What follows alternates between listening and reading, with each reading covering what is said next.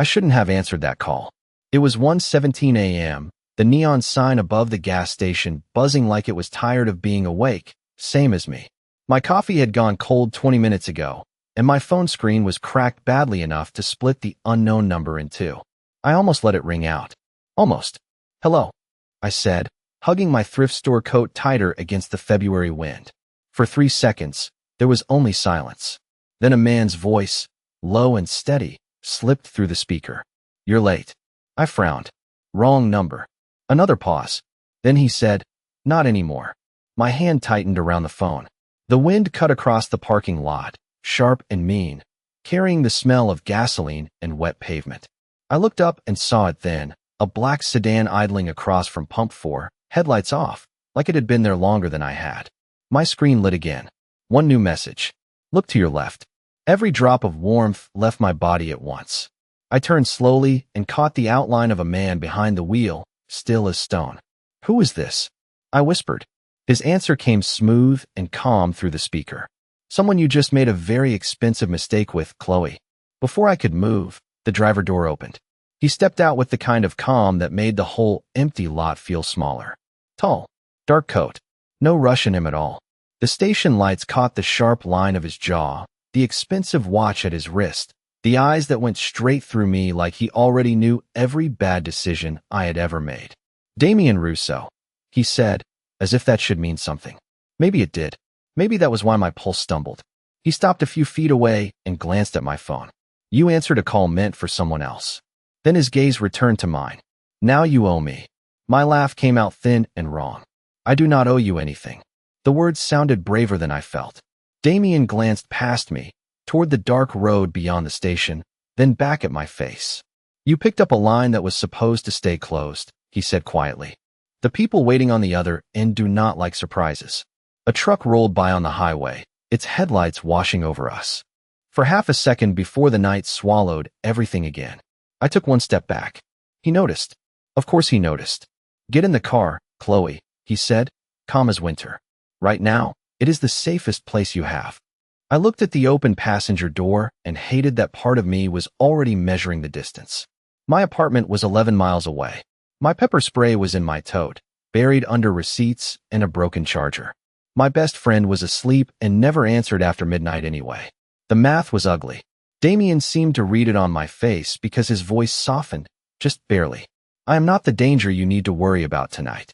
That should not have comforted me. It did. Somewhere beyond the station, tires hissed over wet asphalt. I pulled my coat tighter, took a breath that burned, and got into the car. The door shut with a soft, expensive sound that made my old Honda feel like a joke. Warm air wrapped around me, carrying leather, cedar, and something clean I could not name.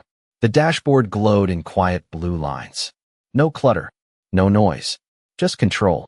Damien slid behind the wheel and pulled onto the road like he owned every inch of it. I kept my hand on the door handle anyway. "Where are you taking me?" I asked. Streetlights moved across his face, revealing nothing and too much at once. "Somewhere no one will reach you before I decide what this mistake costs me," he said, and somehow that scared me less than silence. I should have stayed quiet, but fear always made me talk too much. "You keep saying mistake like I ruined your night on purpose." My voice came out sharper than I meant. Damien did not look at me. His hands stayed loose on the wheel, his silver watch catching flashes of passing light. "You answered a secured line," he said. "The man waiting for the real voice now knows there was a witness." Witness. The words settled cold in my stomach. Outside, Manhattan blurred past in wet gold streaks and dark glass. I stared at my cracked phone in my lap and understood, for the first time, that my old life had already missed its exit. For the next 10 minutes, neither of us spoke. The city did all the talking for us, sirens far away. Rain ticking softly against the glass, traffic lights staining the windshield red, then gold, then green. I watched storefronts blur into towers, and towers blur into shadows. Damien drove like a man who never second-guessed himself, and I hated how steady that made me feel. Then his phone lit up in the center console. One glance. That was all he needed. His jaw tightened almost invisibly. "What is it?" I asked. He switched lanes with smooth precision and said, "It means they found your apartment faster than I expected." My breath caught so hard it hurt. "No," I said, but it came out small, useless, like the night had already decided it was not taking requests from me. My apartment was where my life still lived, my half-read library book, my rent notice on the counter, the sweater my sister mailed last Christmas. Damien reached across the console, not touching me, only taking my phone from my frozen hand with quiet certainty. You cannot go back there, he said. The city light slid over his face, turning him into shadow and steel. Then he looked at me, finally, and his voice dropped low. From this moment on, Chloe, you stay where I can protect you. IDBS in this dark romance, a late-night wrong call pulls an ordinary young woman into the dangerous orbit of a powerful mafia boss. One cracked phone screen, one whispered mistake, and her safe life disappears before sunrise. As fear turns into uneasy trust, the mafia boss offers protection she never asked for, while the girl realizes that every mile away from home brings her deeper into secrets, surveillance, and a debt she does not understand. This dark romance blends cinematic tension, emotional confession, and irresistible power dynamics as the girl faces a choice between running from the shadows or staying close to the only man who can keep her alive. With stormy streets, luxury cars, hidden threats, and a heartbeat she cannot quiet, this dark romance delivers suspense, longing, and fate. For fans of possessive heroes and emotional danger, this dark romance promises mystery and obsession beneath the city's glittering midnight skyline. Character 1.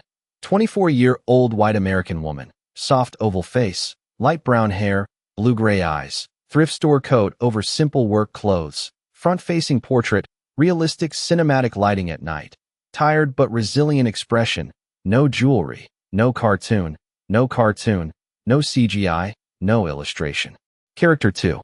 32-year-old white American-Italian man, sharp jawline, strong cheekbones, dark hair swept back, steel blue eyes, tailored black coat over in suit, front-facing portrait, realistic cinematic night lighting, calm subtle dominant expression, no cartoon, no CGI, no illustration.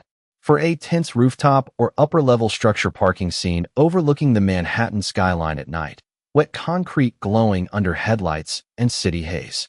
Character 1. The young white American woman with light brown hair, blue-gray eyes, and simple everyday clothes under her coat, stands close to Character 2, visibly shaken but no longer helpless. Character 2. The white American-Italian mafia boss with dark swept-back hair, steel blue eyes, sharp jawline, tailored dark suit, and black coat, positions himself slightly in front of her with protective authority, creating a visual shield without physical aggression. Across from them stands the antagonist, a cold, self-assured man in an expensive dark coat, flanked by silent associates in the background. The focus is on emotional warfare, pressure, betrayal, and high-stakes confrontation, not graphic action. Character 1 shows fear mixed with growing resolve. Character 2 shows icy composure and readiness. The antagonist radiates calculated menace. The skyline, headlights, misty rain air, and reflective ground create a dramatic modern American thriller atmosphere.